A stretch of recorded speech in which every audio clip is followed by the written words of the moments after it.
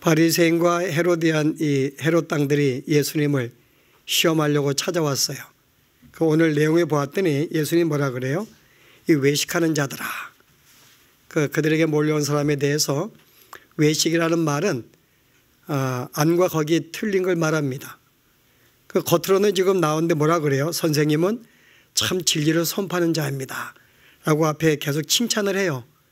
진리를 선포하고 사람의 외모를 보지 아니하고, 그러면서 이제 묻습니다. 우리가 가이사에게 세금 바치는 게 옳습니까? 그럴 때 예수님은 그들의 마음을 아셨어요. 근데 내가 어떻게 나에게 외식하는 마음을 가지고 올 수 있느냐?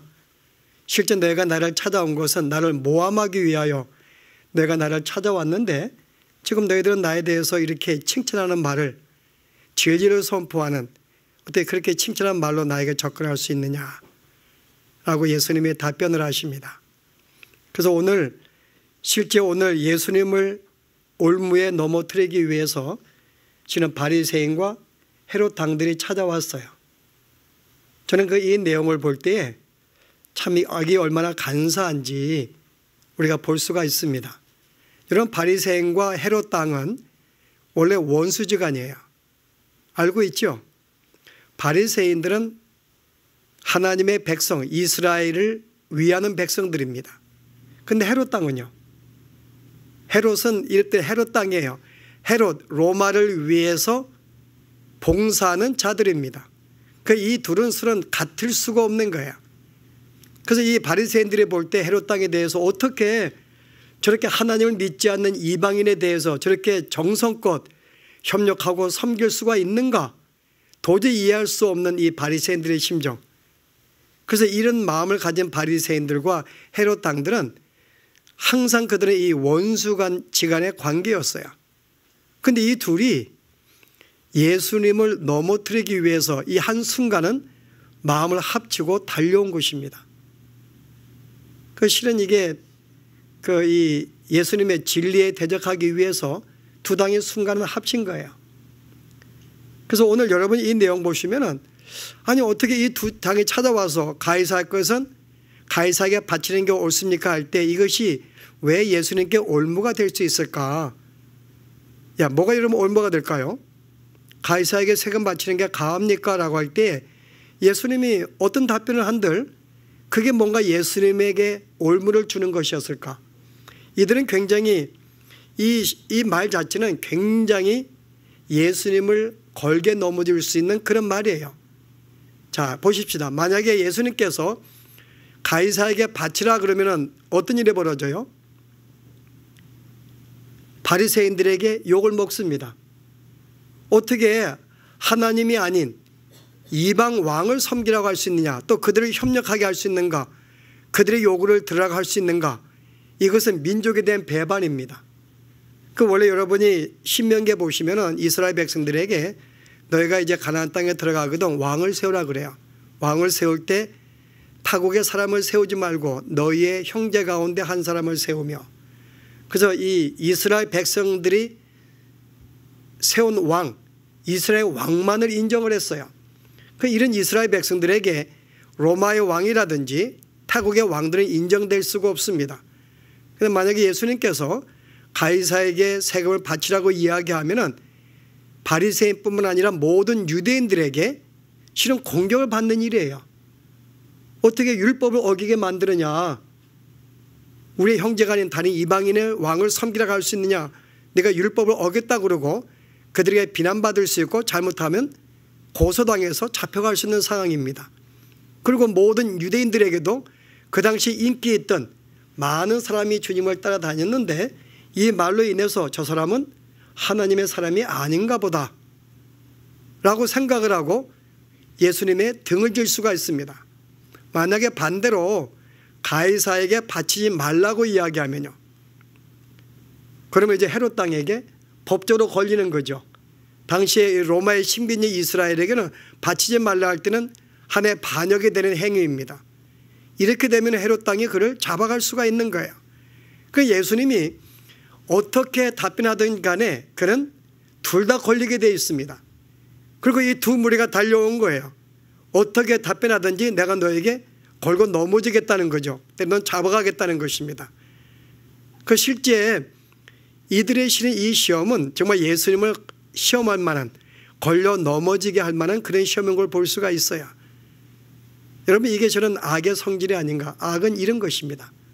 실은 예수님에 대해서 자기와 생각이 틀리고 자기들의 어떤 위치가 위협을 받기 때문에 예수님을 무너뜨리고 넘어지게 하는 데에는 순간 원수도 합치는 사건이에요. 여러분, 실은 이 도박을 하는 사람들이나 때로 어떤 이 간음이라든지 여러분 어떤 이 죄를 여러분 짓게 될 때 여러분 현상이 어때요? 죄를 지을 때는 죄밖에 안 보입니다. 도박에 빠지면 도박밖에 안 보여요. 그 외에 가족도 안 보이고 자기의 명예나 자기의 모든 건강 신경 안 씁니다. 거기에 빠지게 돼 있어요. 다른 이 땅의 모든 죄들은 마찬가지입니다. 여러분, 부부싸움 한번 해보세요. 사소한 일로 부부싸움을 했는데 자기의 자존심을 위해서 이제 굴하지 아니하고 언성을 높이고 싸우다 보면은 사소한 일이 나중에는 감정에 쌓여서 얼마나 이 심한 싸움으로 번질지 모릅니다. 그리고 이제 방도 따로 쓰게 되고 며칠간 한 주, 두 주간은 굉장히 이 서먹한 가운데, 그래서 실은 이 죄가 악이라는 것이 쉽게 넘어가고 포용할 수 있는 그런 문제까지도 한번 이렇게 심령이 상하게 되면은, 악이 우리 작동하게 되면은 모든 것이 안 보이게 돼요. 그 순간 내가 이기려야 되고, 그럼 놀래야 되고, 나를 내세워야 되고, 이게 여러분 죄의 성격입니다. 그래서 우리는 어떤 도박이라든지 어떤 이 땅의 취미에 빠지게 되면은, 죄에 빠지게 되면은 그 순간에 아무것도 안 보여요. 자기 체면이라든지 명이라든지 가족도 식구들 아무것도 안 보입니다. 근데 오늘 바로 이 두 무리들이 그런 상황을 가지고 온 것이죠. 그런데 예수님이 굉장히 명쾌하게 답변하세요. 가이사의 것은 가이사에게 바치고 하나님의 것은 하나님께 바치라. 이것보다 명쾌한 답이 어디 있냐고요. 근데 여러분, 이 바리새인들이 볼 때 어떻게 생각해서 그 말 들을 때, 그래 우리가 하나님께, 여러분 여기서 이 하나님께 우리가 은혜를 받았기 때문에 내가 마땅히 하나님의 백성으로 하나님께 바치는 것은 옳은 거예요. 그들이 볼 때 하자가 없습니다. 그런데 가이사에게 바치라니 그들이 이 말씀을 이해할 수가 없었어요. 어떻게 가이사에게 바치라 할 수 있느냐. 여러분, 여기에 여러분 그 한글 성경은 여러분이 그냥 이렇게 가이사에게 바치라 그랬는데, 여러분 이 우리 영어 성경 NIV는 뭐라 그랬어요? Give back to Caesar. 그에게 갚아주라 그럽니다. 그 give back이라는 말은 내가 이렇게 돌려주다, 빚을 갚으라 그 말입니다. 이 내용을 볼 때는 원문의 내용이 그거예요. 바치라는 말이 내가 이렇게 빚을 갚다, 돌려주라, 그 뜻으로 여러분 지금 번역이 되어 있어요. 그 예수님이 그렇게 말씀하신 거예요. 그 너는 지금 가이사에게 빚진 자다라는 거죠. 가이사에게 빚졌기 때문에 빚을 갚으라고 이야기하는 거예요. 하나님께 빚졌기 때문에 하나님께 갚는 건, 이건 우리는 이해해요. 지난 한 해가 하나님의 은혜였고 모든 게 주의 은혜로 우리가 인도함 받았기 때문에 내가 하나님의 그 은혜에 감격해서 내가 갚는 것은, 이건 우리가 당연하게 생각을 합니다. 그래서 우리가 당시 이스라엘 백성들은 자기들의 농산 곡식을 바치기도 하고 자기 때 예물을 헌금을 바치기도 하고, 그래서 우리가 주일날 나와서 주 앞에 헌금을 하거나 우리의 삶을 바치는 것은 당연하게 생각을 해요. 받은 은혜가 있기 때문에 주님은 하나님께 바치라 그럽니다. 그 여기 또 하나님께 빚을 졌기 때문에 마땅히 하나님께 빚을 갚으라고 이야기해요. 그런데 가이사의 것은 우리가 무슨 빚을 졌는가요? 이스라엘 백성들이? 내가 가이사에게 빚을 줬어, 온 이스라엘 백성들에게. 그러므로 가이사에게 그 돈의 빚을 갚어 라고 말씀하시는 거예요. 자, 이해할 수 있을까요? 우리가 가이사에게 무슨 빚을 졌는가? 이스라엘 백성들이 우리가 무슨 빚을, 여러분 이 내용이 로마서 13장에 보시면은 우리가 어떠한 빚을 졌는지를 바울이 설명해 줍니다. 한번 보실래요? 뭐라고 이야기했는지. 로마서 13장 1절에 우리가 가이사에게 어떤 빚을 졌는가, 국가에 대해서 여러분들이 어떤 빚을 졌는가. 자, 제가 읽습니다. 각 사람의 위에 있는 권세자들에게 복종하라. 권세는 하나님으로부터 나지 않음이 없나니 모든 권세는 다 하나님께서 정하신 바라. 그러므로 권세를 거스르는 자는 하나님의 명을 거스름이니 거스르는 자들은 심판을 자취하리라. 자, 먼저 2절까지 보죠. 자, 이 로마의 황제를 누가 세웠다고요? 권사님, 누가 세웠다고요? 예, 하나님께서 이 땅의 모든 권세자들은 하나님으로부터 나지 않는 자가 없다고 이야기합니다. 모든 권세는 다 하나님께서 정하신 바라. 그러므로 그 권세를 거절하는 것은 하나님을 거절하는 것이다. 그래서 그에게 굴복하고 복종하라고 이야기를 합니다. 그 실제 이 땅의 모든 권세는 하나님이 세우신 거예요. 그래서 그에게 굴복하라고 이야기하는데 뭘 굴복하는가 하면 3절에 보세요. 이 다스리는 자들은 너희가 선한 일에 대하여 두려움을 가질 필요가 없어. 그러나 악한 일 할 때는 두려움을 가져야 돼. 그리고 그 이에 무슨 내용을 하는가 하면 국가가 하는 일이 무엇인가. 국가는 내가 착한 일을 할 때는 국가를 두려워할 필요가 없는 거야. 그 내가 만약에 선한 일을 하게 되면 두려워할 필요가 없는데 악한 일을 하게 되면 넌 두려워해야 돼. 왜냐하면 너는 그에게 너를 잡아가서 감옥에 갇히거나 너에게 징벌을 주기 때문에. 그러므로 죄를 짓는 자는 마땅히 국가를 두려워할 것이다. 이를 위해서 하나님이 권력자들을 세웠다고 하는 거야. 그러니까 국가가 하는 일이 뭔가 하면 국가는 기본적으로 악을 막는 것입니다. 그 사람들이 죄를 지으면 죄를 못 짓게 해서 그를 감옥에 가두는 거예요. 그리고 다른 백성들을 보호하는 것입니다. 그래서 우리가 국가가 우리를 보호하고 우리를 지켜주기 때문에 우리 안정되게 우리는 길거리에 나가서 돌아다닐 수가 있는 거예요. 국가가 그 일을 안 하면요, 우리는 밖에 나갈 수가 없습니다. 어떤 악한 자가 나에게 총을 쏠 줄 모르고 나를 해치지 못하게 해칠 수 있기 때문에 우리는 모든 게 불안해요. 그러나 국가가 그런 나쁜 사람들을 잡아서 가두고로 말미암아 그들을 벌어함으로 말미암아 나머지 모든 사람들이 평강 가운데 살게 만드는 거예요. 그 다음에 극적으로는 저희들이 적극적으로는 선을 추구하게 만듭니다. 선을 권장해요. 착한 일을 하게 하고 서로 돕게 하고, 그래서 권장하는 것이 국가라고 하는 거죠. 자, 이런 점에서 너희는 국가에 빚을 졌다고 하는 거예요. 국가가 있기 때문에 너희가 지금도 안정되게 살고 있다. 이 빚을 너희가 지고 있다는 것입니다. 그럼 마땅히 너희가 빚을 졌기 때문에 그에게 give back, 갚는 것이 옳다고 하는 거죠. 빚을 졌기 때문에 갚는 것이 옳다. 그래서 우리가 왜 국가의 세금을 바치는가에 대해서는 국가가 우리로 하여금 보호해 주었기 때문에, 여러분의 기업이나 여러분의 사업이나 여러분의 건강이나 삶을 지켜주었기 때문에, 그래서 우리가 빚을 졌으니까는 거기에 마땅히 세금 바치는 것은 마땅히 옳다고 하는 것이죠.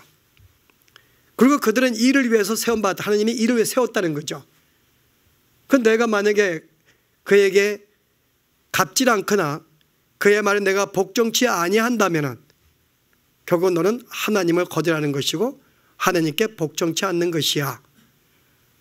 자, 그래서 뭐라 그래? 그 다음에 6절에요. 그래서 너희가 조세를 바치는 것도 이로 말미암음이니라. 그들이 하나님의 일꾼이 되어 바로 이 일에 항상 힘쓰니라. 뭐라 그래요? 너희가 조세, 세금을 바치는 것이 바로 이것이야. 바로 그들이 하나님의 일꾼이 되어서 바로 이 일, 너희로 하여금 안전하게 지켜주고 안정을 주기 때문에, 일에 힘쓰기 때문에 너희는 조세를 바치는 것이 바로 마땅하다고 이야기하는 거죠. 우리가 세금 내는 이유가 여기에 있습니다. 그래서 우리는 마땅히 우리가 뭐 기쁨으로 할 수는 없다 할지라도 우리는 이 일에 우리는 참여해야 되는 거예요. 그래서 마땅히 너희가 국가에 가이사에게 빚을 졌기 때문에 갚는 것이 옳다고 이야기합니다. 자, 그러면 어떤 문제가 생겨요? 오케이, 그러면 저희들이 우리를 보호해 주었기 때문에 그럼 내가 국가에 세금 바치는 건 내가 인정해. 그럼 그 다음 문제. 근데 만약에 국가가 우리에게 부당한 것을 요구한다면 그럼 어떻게? 성경이 뭐라 그래요? 부당한 거 요구하면 어떻게 한다서요? 1절 보세요. 각 사람은 위에 있는 권세자들에게 복종하라. 복종은 굴복하라 그 말입니다. 굴복하라. 여러분, 굴복이라는 말은 순종하고 틀려요. 순종은 내가 자원하는 마음으로 내가 기쁜 마음으로 하는 게 이게 순종입니다. 근데 굴복한다, 복종이라는 것은 내가 하기 싫어요. 내 마음이 원치가 않습니다. 근데 억지로 하는 게 굴복이에요. 너희는 굴복하라는 거예요. 그들에게. 아니, 정부에 세 바치는 걸 좋아하는 사람이 어디 있냐고요. 부당한 대우 받는 게 어디냐. 부당한 대우를 받는다 할지라도 거기에 굴복하라고 이야기해요. 부당한 대우 받고 있느냐? 굴복하라는 거죠. 이게 우리가 오늘 들어야 우리의 교훈입니다. 물론 정부가 우리에게 부당한 것 그 이상에 넘어서서 죄를 짓게 한다든지 하나님을 떠나게 한다든지 우리의 신앙생활을 위협하는 것을 요구한다면 어떻게 해요? 그것은 마땅히 따를 수가 없죠. 그건 모든 성경에 그것은 거절해야 되고 우리는 거기에 반박을 해야 되고 우리는 맞서야 됩니다. 따를 수가 없는 거예요. 하느님과의 신앙의 문제, 죄의 문제에서 우리가 따를 수가 없어요. 그래서 우리가 내 목숨을 바친다 할지라도 내 신앙은 양보할 수가 없습니다. 그런데 부당한 일은 내가 너무 억울한 거예요. 여러분, 실은 우리가 이 땅에 사는 국민들이 얼마나 억울한 일이 많을까요? 특별히 한국 국민들은요. 군대 갔다 오신 분들, 청년들은 억울한 거예요. 왜 우리가 군대 가야 돼? 다른 나라는 안 가는데? 여러분, 실은 이거는 내가 부당한 거죠. 내가 군대 간다는 것은 나를 강제로 2, 3년간 나를 뺏어서 복무를 시키는데 월급도 많이 안 주고, 저는 제가 처음에 이등병 갔을 때 월급이 150원이었거든요. 제가 제대할 때 병장 때 월급이 2,000원이었나? 우리 이한웅 집사님은 얼마 드신지 모르겠는데 이등병 때 하여간 하여튼 그래도 150원 받으면은 삼립빵 그 크림빵이 그게 하나가 10원이었어요. 15개를 사 먹을 수가 있는 엄청난 돈인데, 아니 근데 일반 국민에 비해서 이게 뭐냐 그 말이에요. 이게 150원 이게 너무나 부당한 거죠. 3년간 나를 끌고 갔으면은 그럼 적당한 페이를 되는데 페이도 안 주는 거예요. 부당하다고 생각할 수 있어요. 그럼 왜 여자들은 안 가? 왜 남자만 끌고 가? 이런 생각은 실제 남자로 하여금 부당함을 주는 것입니다. 그러나 우리는 거기에 굴복할 수밖에 없어요. 너희는 굴복하라는 거, 여기는 굴복하라는 것입니다. 자, 이유가 뭘까요? 왜 굴복하라 그래요? 왜 우리가 굴복을 해야 될까요? 성경은 우리에게 두 가지 이유를 제시해요. 왜 굴복을 해야 되는 데에서. 첫 번째 이유는 욥이 우리에게 그 이유를 설명해 줍니다. 여러분, 욥이 얼마나 의로운 삶을 살았는가요? 근데 그는 부당한 일을 당했어요. 마치 그가 믿음이 너무 좋았기 때문에 하나님께서 사탄으로 하여금 시험하게 만들었거든요. 그의 모든 재산을 빼앗게 만들었어요. 그의 모든 자녀를 다 죽게 만들었습니다. 그리고 그에게 모든 병도 들게 만들었어요. 그리고 친구들이 와서 그로 하여금 비난하게 만듭니다. 한순간에 의로운 사람이, 아무 잘못 없는 사람이 와가지고 한순간에 부당한 모든 일을 당한 거예요. 하나님이 허락한 거예요. 왜 부당한 일을, 내가 잘못한 게 없는데 왜 내 자식을, 내 모든 재산을, 그리고 또 친구들에게 너 뭔가 하나님께 범죄했기 때문에 그런 게 아니야, 너 회개해야 돼. 왜 그 부당한 말을 들어야 돼요? 아내는 그 마음을 모르고 하나님 저주하고 죽으라 그러고 와이프도 도망가 버립니다. 한순간에 이는 정말 이렇게 부당한 그런 상황을 맞이한 거예요. 그런데 하나님께서 그 일을 허락했다는 거죠. 부당하게 하는 것을. 정부가 우리에게 부당한 것을 요구할 때 우리에 허락했다는 것입니다. 조금 더 범위를 넓히면은 여러분의 못난 아버지가 될 수 있고, 여러분의 못난 형이 될 수 있고, 못난 상사가 나에게 부당한 것을 요구할 수가 있어요. 못난 남편도 가정의 권위자로서 나에게, 아내에게, 자녀에게 부당한 거 요구할 수 있습니다. 부당한 아버지가 자녀에게 요구할 수 있어요. 그러나 성경은 그에게 굴복하라고 이야기하는 거예요. 왜 굴복하는가? 부당한 거 요구한다 할지라도 그게 첫 번째 이유입니다. 왜 굴복해야 돼요? 하나님이 허락했기 때문에. 그 상황을 나에게 못난 남편, 못난 아버지, 못난 형, 못난 내가 상관을 나에게 붙여준 것은 하나님이 허락했다는 거죠. 하나님이 세웠다는 거예요. 그를 너희가 하나님이 붙여주었다는 거예요. 자, 그 이유가 뭘까요? 욥의 케이스는 그에게 신앙을 연단시키기 위한 거예요. 신앙의 연단. 나중에 욥이 이 모든 고난을 당해서 막 친구들 와가지고 너 회개해, 잘못했잖아, 이렇게 막 오해하고 할 때에도 그는 계속 변명을 해요. 나 그게 아닌데 계속 싸우고 끝이 없습니다. 근데 모든 것이 끝난 다음에 뭐라고 욥이 고백해요? 내가 이 고난을 당하여 내 신앙이 정금같이 나왔으니, 결국 그는 그 고난의 모든 걸 통해서 나중에 자기가 얼마나 다시금 새로운 신앙의 눈을 갖게 되고 눈을 뜨면서 내가 얼마나 연단을 받고 내 믿음이 정금같이 빛나게 되었는지를 그가 고백을 합니다. 그래서 하나님께서 우리로 하여금 우리가 부당한 일을 당하게 만드는 그 이유가 여러분의 신앙을 하여금 연단시켜서 성숙하게 만들기 위하여 때로는 우리에게 부당한 일을 당하게 만드시는 거예요. 내가 부당한 일을 만날 때 성도로서 어떻게 그 일을 감당해야 될지 처음에는 불을 끌겠죠. 남편과 아내가 싸울 때 불을 끌겠죠.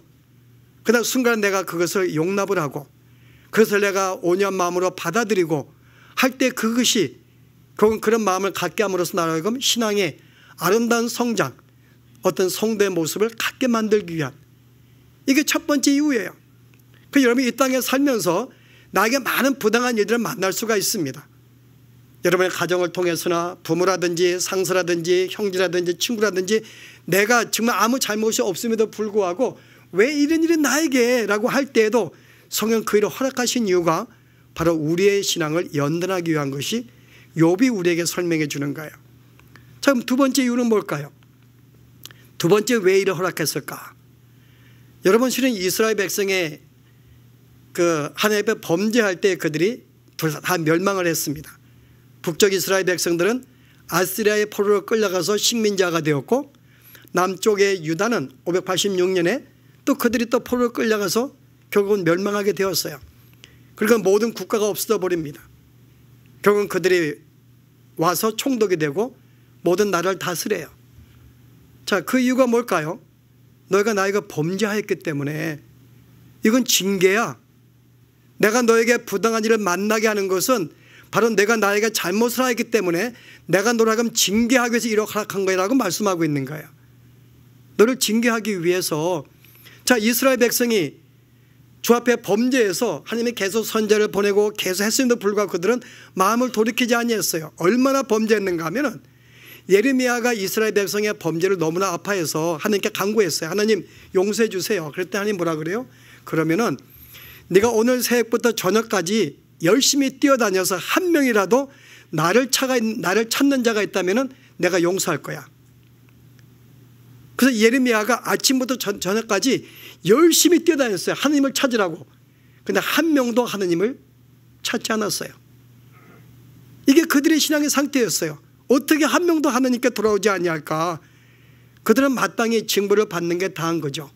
그래서 그들은 멸망을 당하고 징벌을 당하고 포로로 끌려간 거예요.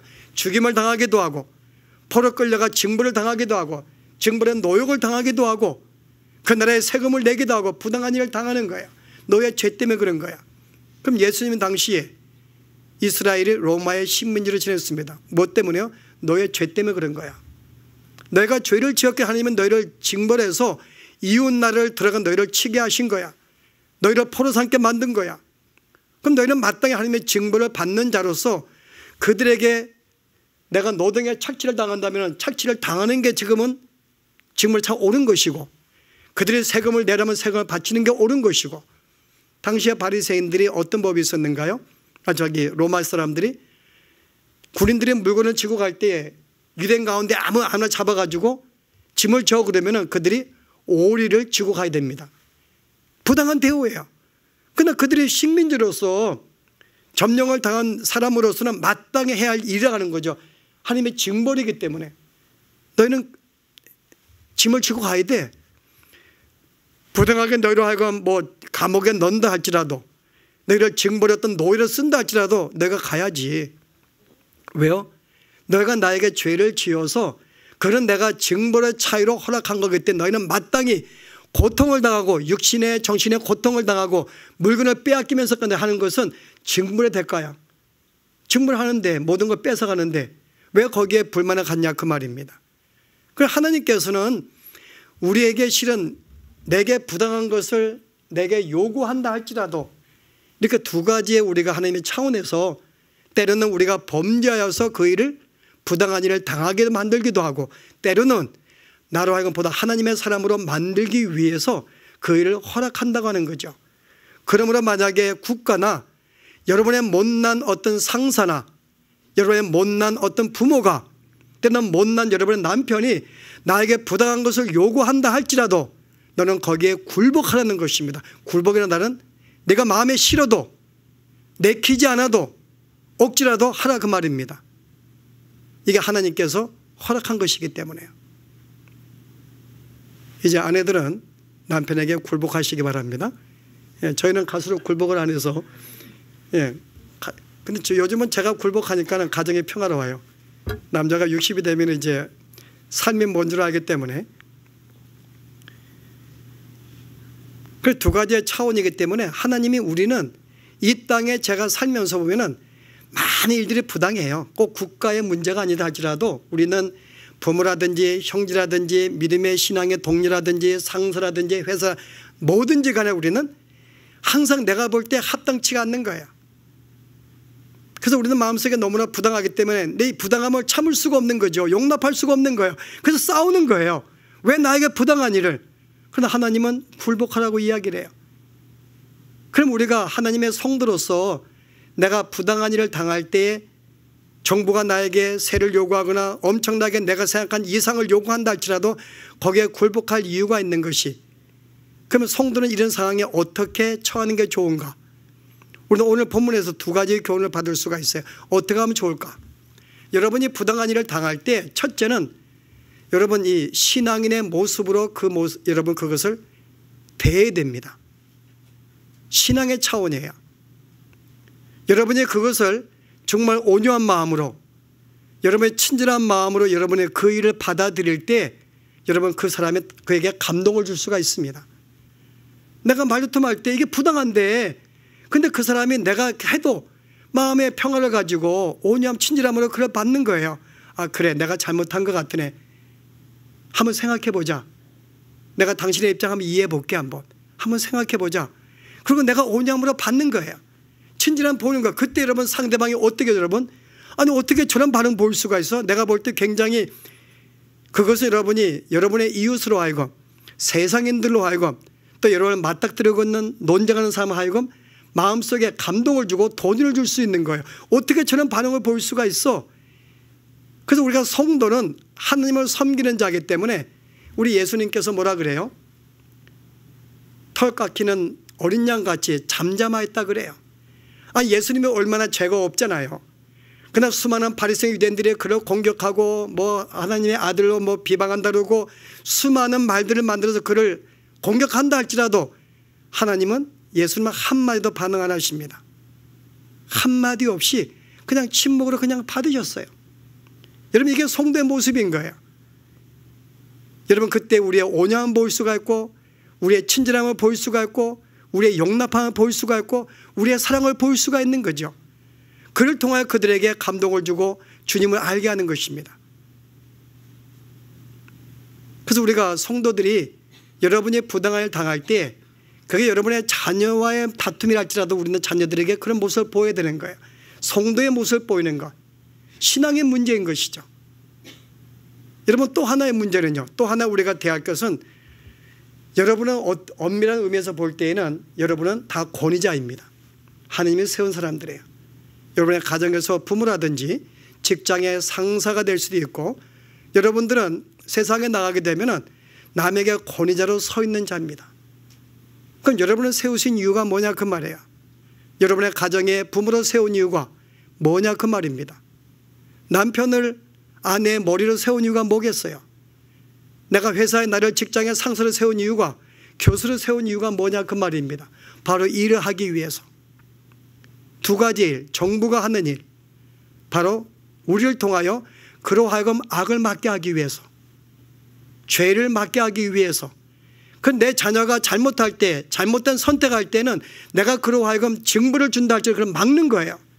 죄를 짓지 못하게 하는 것, 악에게 멀리하게 하는 것. 이거는 직장의 상도 마찬가지입니다. 그가 정직하지 못하고 거짓말하고 이 모든 것도 내가 그를 막는 것도 바로 하나님이 세우신 권위자들이 하는 것이에요. 이게 부모 역할, 상사의 역할입니다. 또 하나의 역할은 그들로 하여금 선한 일을 하도록 추구하는 거예요. 하나님을 공경하게 하고 주님을 섬기게 하고 악을 멀리하면서 선을 추구하게 하고 남을 섬기게 하고 그 일을 계속 그들로 하여금 도전을 주고 격려하고 가는 것, 이게 바로 하나님께서 어떤 어른으로 세움받은 자의 몫이라고 하는 거죠.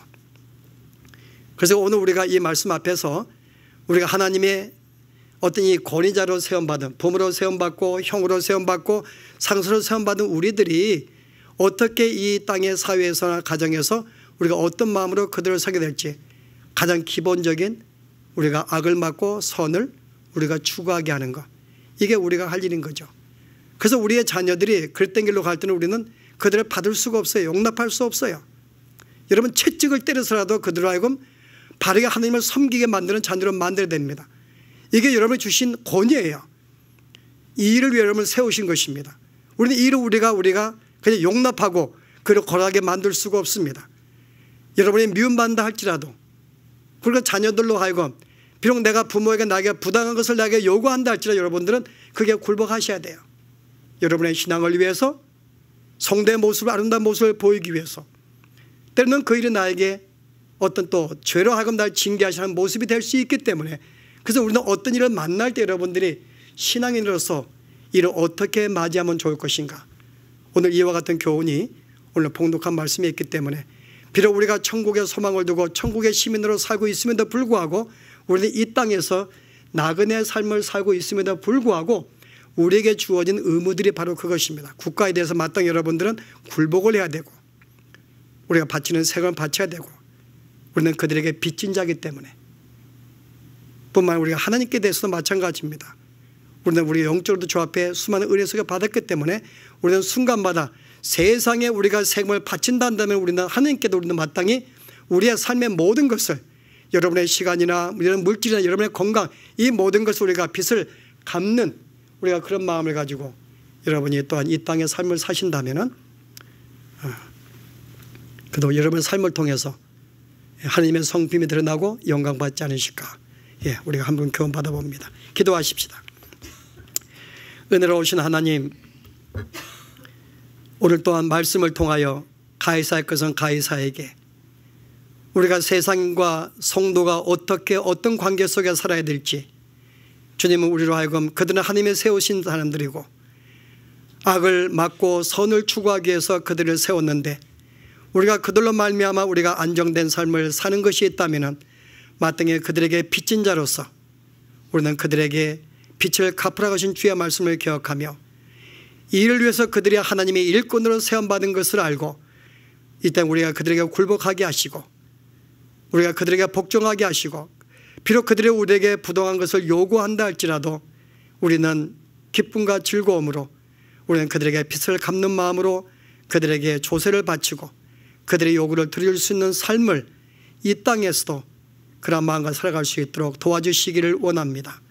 때는 우리가 이 땅에서 부당한 일을 당한다 할지라도 이것이 하나님이 내 신앙의 욕과 같이 아름다운 믿음의 성장을 위하여 나에게 주신 일인 줄 알고 우리가 어떠한 상을 만나든지 주의 성품으로 온유함으로 그들을 대하며 그들을 맞이할 수 있는 마음을 주시어서 이를 통하여 주 앞에 영광 돌리게 하시고, 이것이 또한 성도의 삶인 줄 알고 이러한 성품들을 마음껏 나타내며 살 수 있도록 도와주시되, 때로 우리가 부당한 일을 당할 때 이것이 내가 지은 혹시 죄가 있지 않는가, 그것을 돌아보게 하셔서 나의 잘못과 나의 모든 허물을 돌아보고 주 앞에 또한 고백을 내어놓을 수 있는 우리의 삶이 되어지도록, 어찌하든지 이 땅에 살면서 우리가 조금이라도 하나님의 사람으로 빈틈없는 아름다운 삶을 살아가도록 저희들을 붙드시고 인도하여 주시옵소서. 예수님 이름으로 기도합나이다. 아멘. 찬송가 508